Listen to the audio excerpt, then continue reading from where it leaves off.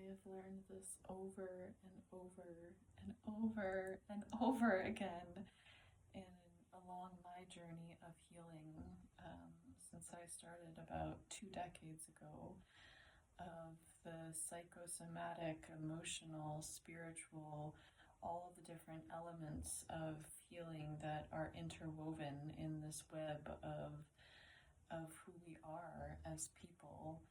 And what I'm going through right now is really fascinating. I've had a lot of people telling me, like, oh, fasting? Why would I want to fast for 3.5 days in the wilderness?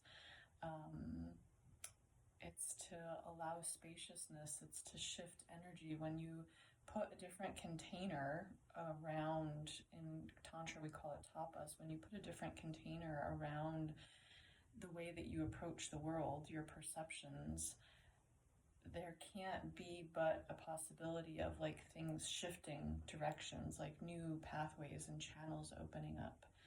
And so right now I dedicated the month of August to I am fasting from sex and erotic energy, no sex and erotic energy.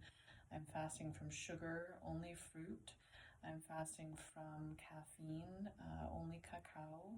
And then I also did the more intense, like concentrated. I did a 3.5 day fast in the wilderness. The first day was a dry fast, and then the second 2 days with water.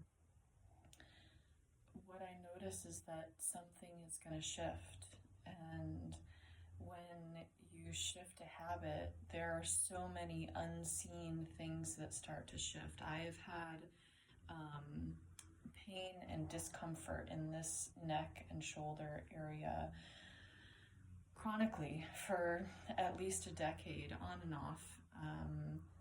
And it seems like it finally came up for me to really look at. And so rather than forcing it, I noticed that, okay, this is coming up for me to look at. And so how do I want to shift something, whatever it is that I feel ready to shift at this moment, and create, you could call it discipline. Some people would call it discipline. I'm not the biggest fan of that word.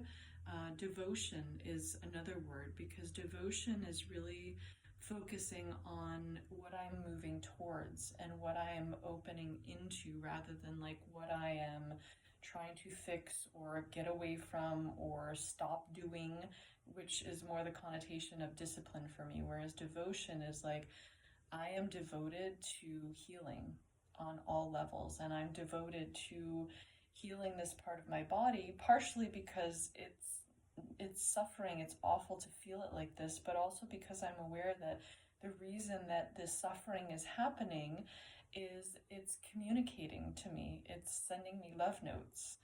And so it's a matter of will. Do you have the will?